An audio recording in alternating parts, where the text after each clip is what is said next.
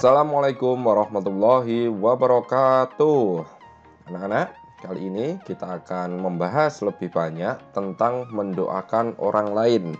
Nah, di sini adalah pembelajaran yang ada di subtema 1 kelas 3 SD, anak-anak.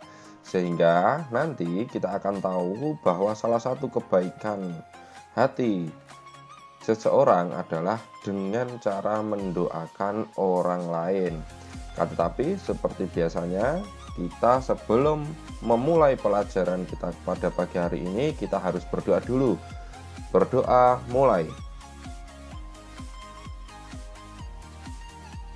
Berdoa cukup. Oke, anak-anak, yang perlu kita pahami adalah satu, bersikap baik itu sangat dianjurkan.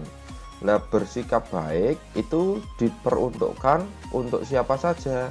Ya, bersikap baik itu harus dilakukan kepada manusia, tumbuhan, dan hewan. Nah, contohnya di gambar ini ada anak-anak yang sedang mencoba untuk berinteraksi dengan hewan. Nah, hewan yang dipelihara di sini tentu harus diperlakukan dengan baik. Begitu pula dengan kalian. Kalau kalian punya hewan peliharaan di rumah, maka hewan itu harus diperlakukan dengan baik.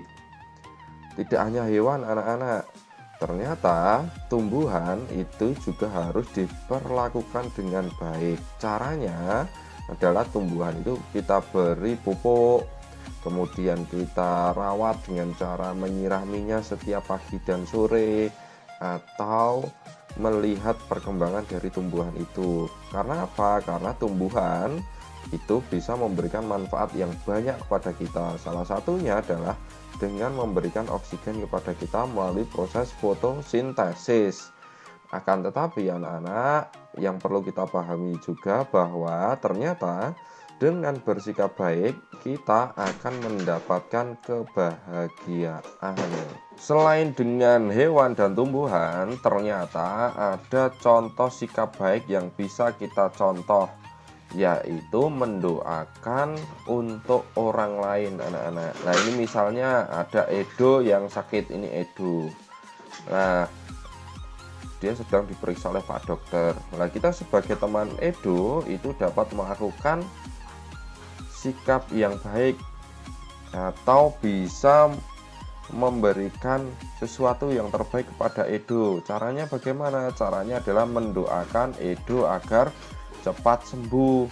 Kita tidak boleh mengolok-olok Edo karena Edo sedang sakit. Cara yang terbaik bagi kita adalah mendoakan Edo. Nah, di sini kalau kita mendoakan dan menengok teman yang sakit, itu tujuannya adalah untuk meringankan beban teman yang sakit. Kalau kita sakit itu rasanya sangat berat sekali, anak-anak.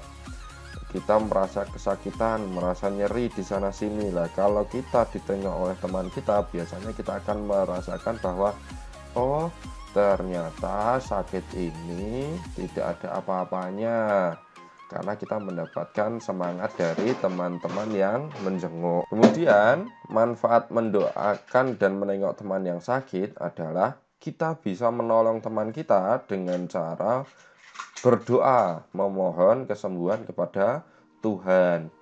Kemudian manfaat pada diri kita sendiri ketika kita menjenguk teman kita yang sakit adalah itu menjadi pengingat bagi kita. Oh, ternyata kesehatan itu sangatlah berharga.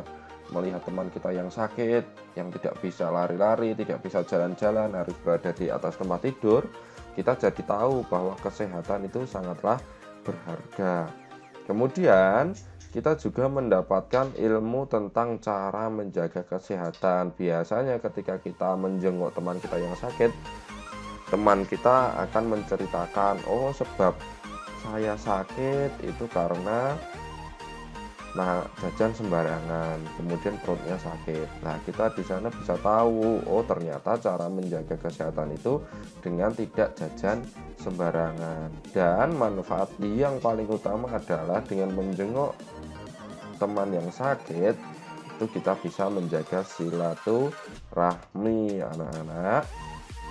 Itu simpulannya, ternyata bersikap baik itu harus dilakukan pada manusia, tumbuhan, dan hewan. Nah, salah satu sikap baik yaitu mendoakan yang baik untuk orang lain. Nah, mendoakan yang baik dapat dilakukan dengan cara menjenguk atau mendoakan orang lain yang sedang sakit. Sekarang tugasnya adalah Pak Guru ingin bertanya, apakah kamu memiliki pengalaman mendoakan orang lain? Kalau punya, coba tuliskan pengalamanmu mendoakan orang lain minimal dengan 3 kalimat. Itu saja dari Pak Guru. Terima kasih. Wassalamualaikum warahmatullahi wabarakatuh.